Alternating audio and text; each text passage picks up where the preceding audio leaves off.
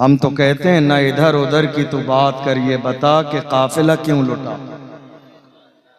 कश्मीर की सरजमीन पर पहलगाम पर जिन जालिमों ने, आतंकवादियों ने हमला किया, आज मुल्क के कोने कोने में लोग इस्लाम और मुसलमानों के खिलाफ राय दे रहे हैं। याद रखिएगा, जहां इस्लाम है वहां आतंकवाद नहीं, जहां आतंकवाद है वहां इस्लाम नहीं। मेरा इस्लाम मारने की नहीं, जिंदगी की इजाजत देता।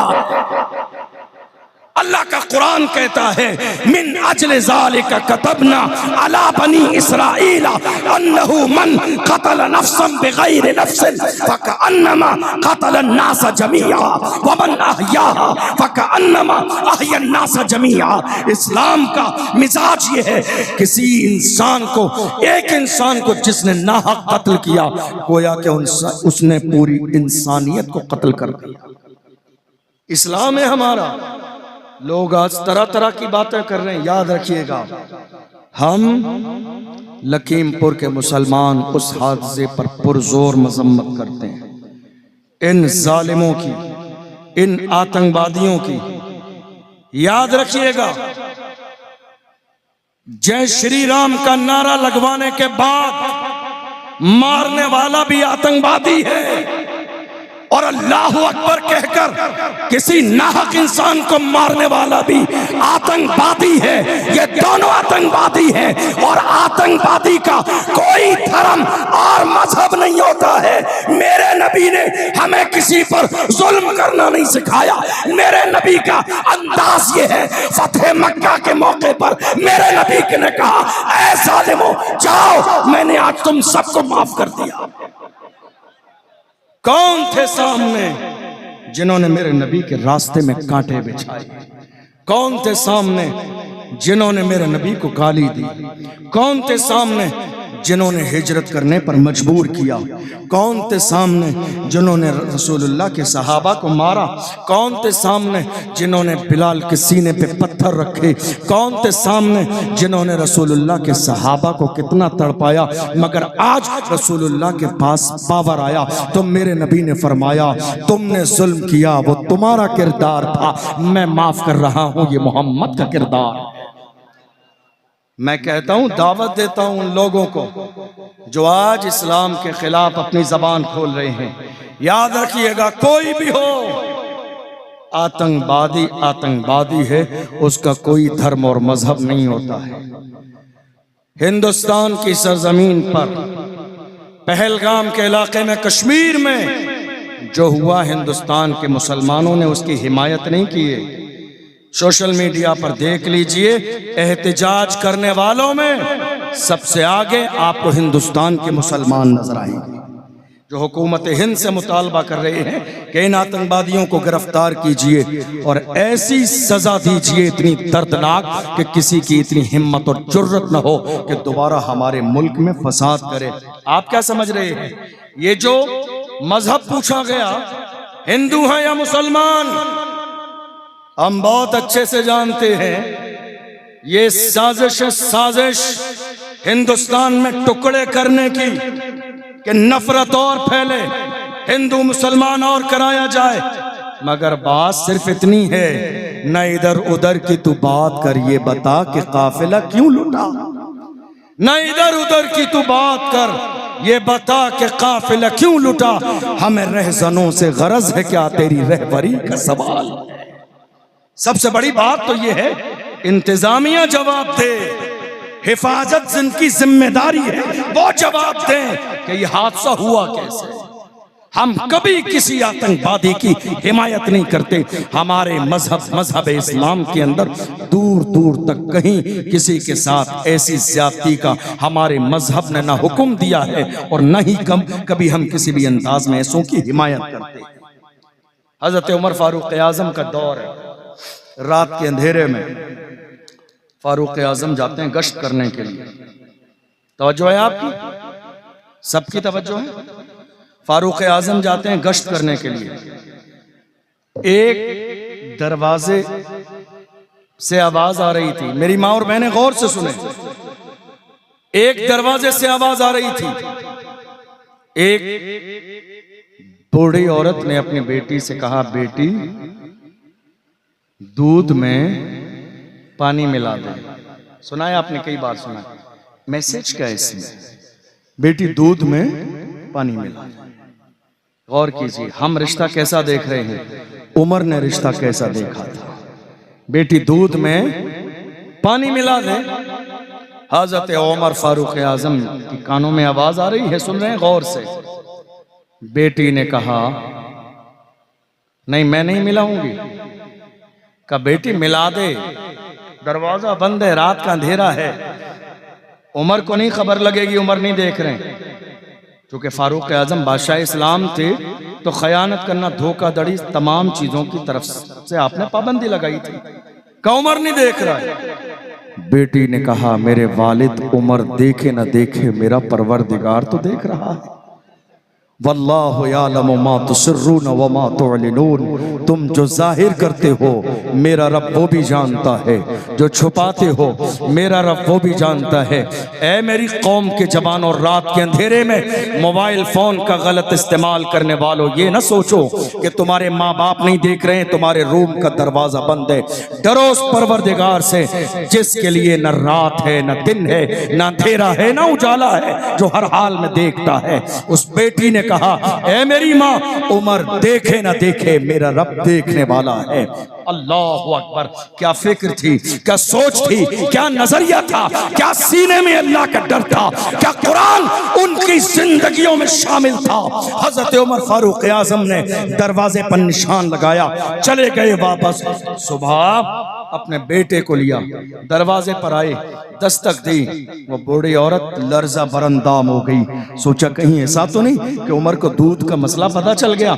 दरवाजा खोल दिया एहतराम के साथ। कहा, जिस बेटी ने ये कहा था कि खुदा देख रहा है, वो बेटी कहाँ है? बेटी आई पर्दे के साथ सामने। कहा, बेटी देख ले, मेरे ये बेटे खड़े हुए हैं, तुझे इनमें से जो बेटा पसंद हो, मैं तुझे अपने घर की बहू बनाना चाहता हूं। गौर कीजिए, गौर कीजिए, क्या थे मुसलमानों के तेवर। फारूक आजम ने यह लिहाज नहीं किया गरीब है, मोहताज है, परेशान है, दूध का काम है, यह लिहाज नहीं किया। फारूक आजम ने लिहाज किया, मेरे घर को ऐसी बहू मिले जिसके सीने में अल्लाह का डर मौजूद हो, जिसके सीने में अल्लाह का खौफ मौजूद हो। ये हाल था हमारा, ये दौर था हमारा, ये रिश्ते का इंतखाब था हमारा। मेरे अजीजों, चेहरा मत देखा करो, दिल देखा करो। पैसे और दौलत नहीं, किरदार देखा करो। बल्कि हमने देखा, हमारे बहुत सारे बुजुर्ग ये नसीहत करते थे कि जब रिश्ता देखने जाओ तो लड़की से पहले उसकी माँ को देखो, क्योंकि जब माएँ बाहया किरदार वाली और संजीदा होती हैं तो माँ का असर लड़की पे होता है। और आपको एक बात और बताऊं, आज हमारे समाज में आपको हैरत होगी, तलाक का गिराफ बहुत बड़ा हुआ, बहुत तलाक हो रही है।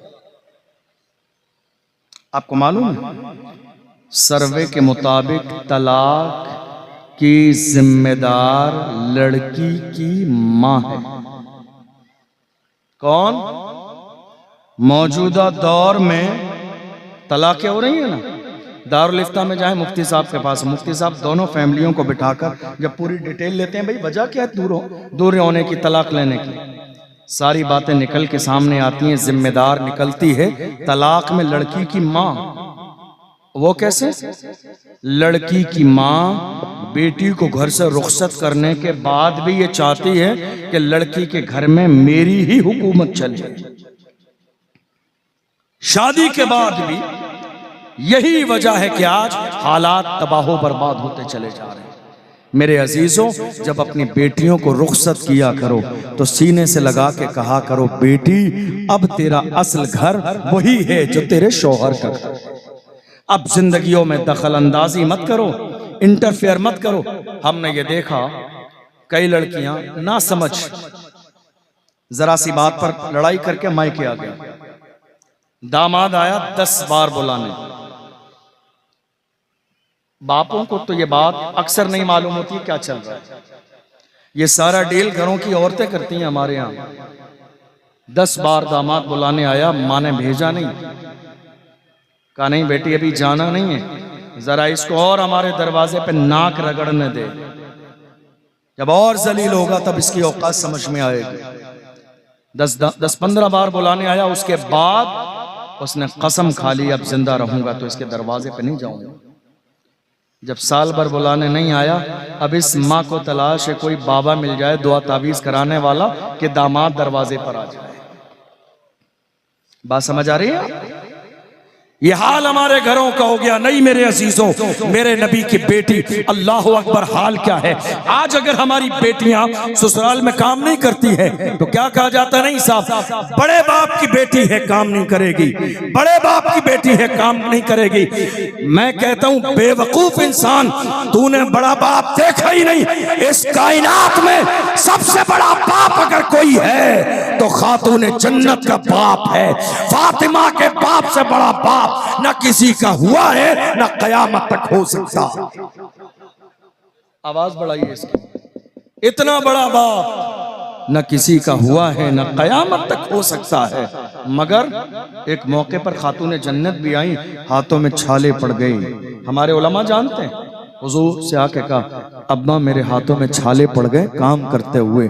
कौन कौन? रसूल की बेटी, जिनकी शान ये है जब आती हैं तो मेरे नबी इस्तिकबाल में खड़े हो जाते हैं, पेशानी चूमते हैं, हाथ चूमते हैं, अपनी जगह पे बिठाते हैं और मकाम बताते हैं तो फरमाते हैं फातिमा तो बिदअत मिन्नी, फातिमा मेरे जिगर का टुकड़ा है। इतनी शान वाली फातिमा, लेकिन जब शादी के बाद काम करते करते हाथों में छाले पड़ गए, रसूलुल्लाह की बारगाह में आई, कहा या रसूलल्लाह खादिमाएं आई है माले गनीमत में, आप सबको दे रही हैं, एक मुझे भी दे दे। मेरे नबी ने अता नहीं फरमाई। गौर कीजिए, हुजूर ने खादिमा अपनी बेटी को नहीं दी, कहा बेटी मैं दे दूंगा तो लोग इसे दलील बना लेंगे। हर बाप के लिए बेटी के साथ खादिमा भेजना मुश्किल हो जाएगा। ऐ मेरी बेटी तो रसूल की बेटी है, सब्र कर। याद रखिए क्या है ये ओरिजिनल इस्लाम है। क्या है ये इस्लाम हमारी जिंदगी में? क्या ये इस्लाम हमारे घरों में है? नहीं, इस्लाम हमारी जबानों पर रह गया, इस्लाम हमारी जिंदगियों में शामिल नहीं है। हमारी जिंदगियों में अगर इस्लाम शामिल होता तो आज मुल्क में ये नौबत नहीं आ जाती कि एक तरफ मेरे नबी की शान में गुस्ताखी हो और मेरी कौम के जवान शराब के ठेके पे बैठकर रात के अंधेरे में अय्याशी करते रहे। ऐ मेरी कौम के जवानों, ताज शरिया ने फरमाया जिंदगी ये नहीं है किसी के लिए, जिंदगी है नबी की, नबी के लिए ना समझ मरते हैं, जिंदगी के लिए जीना मरना है सब कुछ नबी के लिए। ये दौर था किसी जमाने में हुजूर के गुलामों का। या रसूल अल्लाह हर जफा हर सितम गवारा है, इतना कह दे कि तू हमारा है। हुजूर के आशिक कैसे थे? मारा जाता था, घसीटा जाता था, परेशान किया जाता था, सारी परेशानी बर्दाश्त करने के बाद कहते थे या रसूल अल्लाह हर जफा हर सितम गवारा है, इतना कह दे कि तू हमारा है। अल्लाह अकबर, सारी दुनिया की निगाहों से गिरा है बेदम, तब कहीं जाके तेरे दिल में जगह पाई।